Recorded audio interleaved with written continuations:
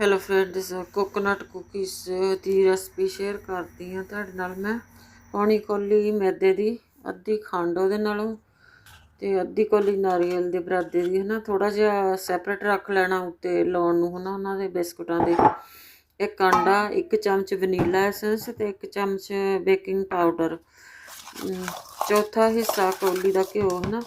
ਥੋੜ੍ਹਾ ਘਿਓ ਅਤੇ ਖੰਡ ਨੂੰ ਮਿਕਸ ਕਰ ਲੈਣਾ। ਫਿਰ ਵਨੀਲਾ ਐਸੈਂਸ ਪਾ ਕੇ ਮਿਕਸ ਕਰ ਲੈਣਾ ਨਾ, ਇਹ ਤੇ ਅੰਡਾ, ਹੈ ਨਾ।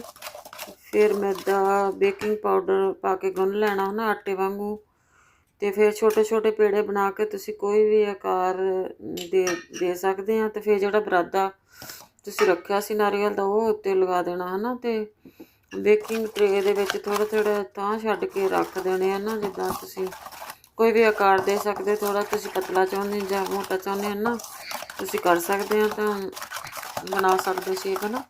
ਅਤੇ ਫਿਰ 20 ਮਿੰਟ ਵਾਸਤੇ ਬੇਕ ਕਰ ਲੈਣਾ, ਜਾਂ ਤੁਸੀਂ ਦੇਖ ਲੈਣਾ ਜਿੱਦਾਂ ਦੇ ਤੁਹਾਨੂੰ ਜਿੱਦਾਂ ਕਰਾਰੇ ਚੰਗੇ ਲੱਗਦੇ ਜਾਂ ਕਿ ਘੱਟ, ਹੈ ਨਾ।